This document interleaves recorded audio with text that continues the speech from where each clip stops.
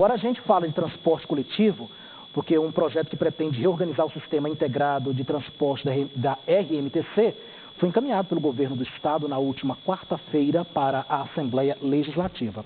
O objetivo é promover melhorias estruturais no sistema e permitir investimentos para a eletrificação da frota. O projeto busca segurança jurídica, as concessões para que os investimentos sejam amortizados em tempo hábil, uma vez que o contrato vigente da RMTC envolve 4 empresas privadas.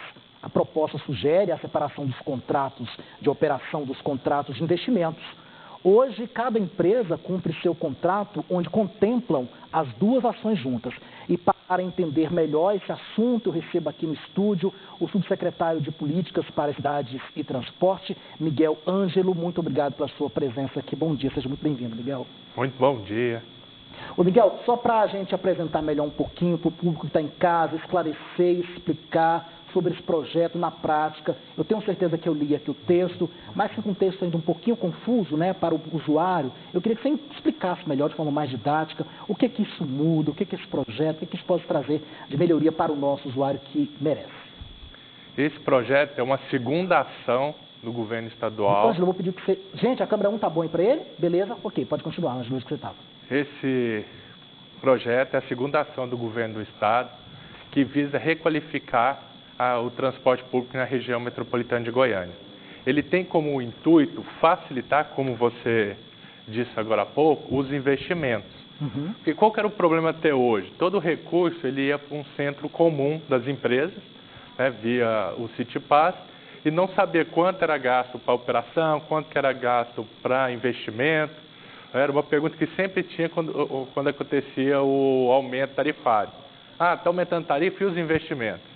Então, agora, com esse projeto de lei, com a criação da Câmara de Liquidação e Custódia, saberemos qual é o recurso destinado para a operação do serviço, para manter o dia a dia, e qual é o recurso para o investimento. E assim, o governo do estado, dentro da Câmara Deliberativa de Transporte Coletivo, poderá cobrar das empresas que esse recurso seja efetivamente gasto com os investimentos. Esses recursos, esses investimentos podem ser, por exemplo, para a compra de... Nós temos aí, produção, põe para mim, por favor, a imagem daquele ônibus elétrico, é isso? Né, ô Miguel, só para o público de casa entender. Então, por exemplo, esses recursos, investimentos poderiam, inclusive, custear a compra de veículos como esse que a gente acabou de mostrar. E produção, põe... Isso, é esse aí mesmo.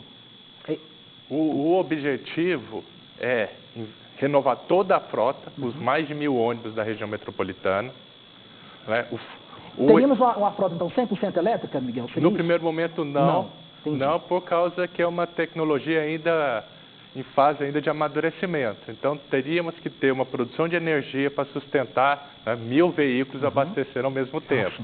Então, a ideia é começar com o eixo Anhanguera, com a Metrobus, com 80 carros, e isso expandindo para o sistema.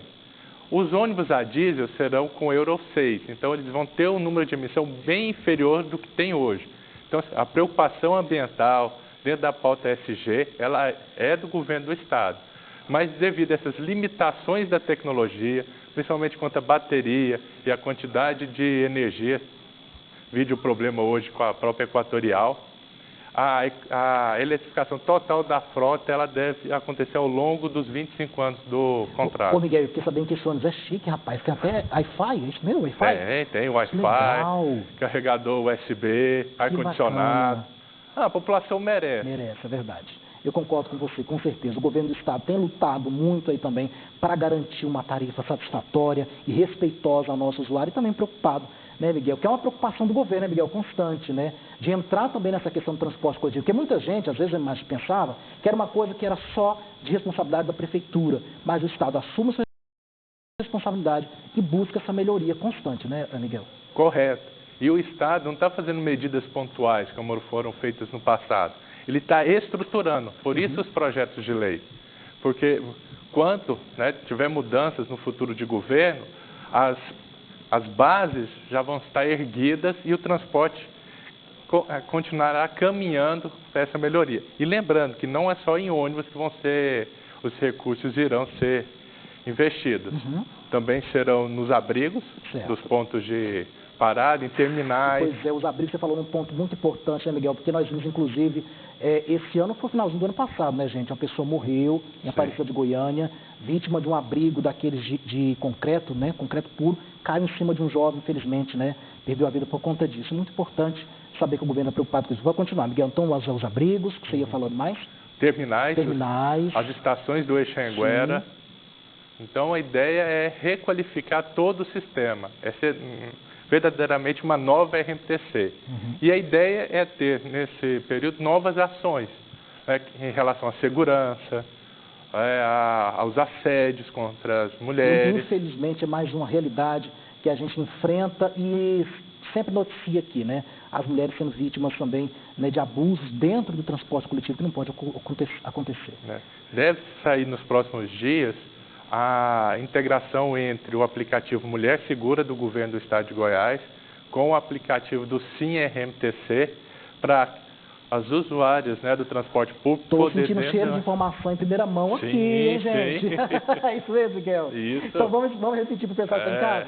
Seria então uma união aí dos dois aplicativos, né? Isso, o Mulher Segura da Secretaria de Segurança Pública com o que a RMTC já tem de localização dos ônibus, né, de informações, para a pessoa dentro do ônibus, caso ela sinta, né, sendo assediada por alguém, ela já avisa a polícia que tem a localização do ônibus em tempo real e pode abordar esse cidadão logo que ele desça do veículo. Que legal, eu fico muito feliz então, em estar apresentando o jornal hoje, dar essa informação em primeira mão, que é muito importante. Atenção a esses homens sem vergonhas, esses abusadores.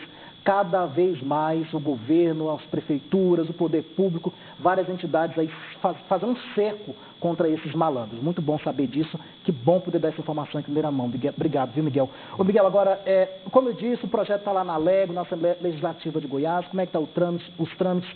A partir do momento em que for aprovado, vai passar pela sanção do governador, como é que isso já vai chegar na prática? Qual que é o prazo para tudo isso, para a gente já começar a sentir verdadeiramente e passar isso para o usuário? Então, estamos trabalhando com prazo de dezembro, já ter as primeiras ações, bacana, chegar aos primeiros veículos, os primeiros investimentos nos abrigos, reforma de alguns abrigos, já começar no Eixanguera as obras. Então, nós estamos trabalhando com um horizonte de 2 meses a 3 meses já poder iniciar. Que legal. De que forma, Miguel, a população também pode, né, observar e fiscalizar essas ações, realmente verificar se elas estão sendo cumpridas? Como é que a população, o usuário, que é o maior interessado, pode acompanhar tudo isso? Então, a Controladoria Geral do Estado, a CGE, ela está trabalhando para lançar dentro do portal Transparência as informações de como o recurso público é gasto no transporte público. E aí a população poderá olhar quanto que estava definido para novos terminais, quais foram gastos, aonde foram gastos, se está atrasado, se está no tempo. Mais uma informação em primeira mão aqui. O Miguel hoje só me trouxe novidades, só trouxe coisa boa aqui para o usuário do transporte coletivo. Miguel, então vamos repetir lá. Dentro da plataforma da Goiás Transparência. Goiás Transparência, isso? Goiás Transparência, a pessoa vai ter essa informação aí lá.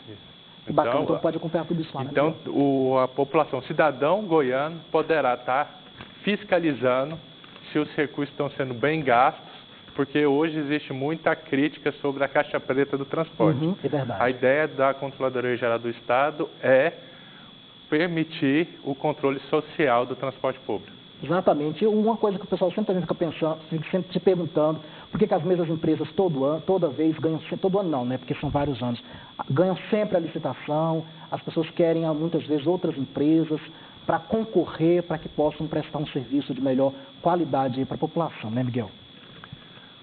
A questão de licitação de transporte público ela tem um problema estrutural, que é a questão das garagens. Então, isso inibe empresas de fora a vir para a cidade. Então, você vai falar assim, Goiânia é sempre a mesma, Goiânia são sempre as mesmas, Brasília são sempre as mesmas, Palmas são sempre as mesmas, São Paulo, porque essa dificuldade que uma empresa tem de arranjar uma nova garagem, contratar novos funcionários.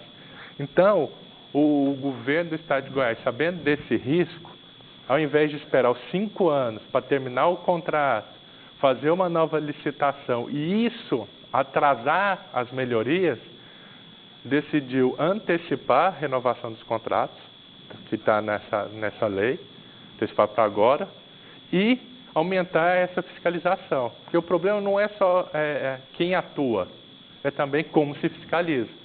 Então, a ideia do Estado é aumentar essa fiscalização para que, mesmo permanecendo as mesmas empresas, o serviço possa ser prestado de forma mais próxima do que deseja o usuário. Tá certo, é que a gente sempre torce aqui, né? Para que realmente a população tenha um transporte coletivo de verdade, um transporte coletivo digno. Conversamos então com o secretário de Políticas para Cidades e Transporte, Miguel Ângelo. Muito obrigado mais uma vez, Miguel, por você estar aqui trazendo essas informações. Só notícia boa para o nosso usuário, e a gente reconhece esse trabalho do governo de Goiás em proporcionar cada vez mais um transporte melhor e de qualidade para o nosso usuário, que ele merece. Não só a tarifa barata, ele merece um ônibus de qualidade, ele merece também um terminal digno, banheiros dignos, porque banheiro de terminal ninguém merece, né, gente? Tem que estar limpinho, tem que estar tudo em ordem. E os abrigos também, que é outro ponto muito importante, né? Principalmente agora, nesse período de chuva, em que as pessoas precisam estar mais abrigadas, melhor abrigadas, para poder embarcar aí no seu ônibus, na sua linha, né, de todos os dias.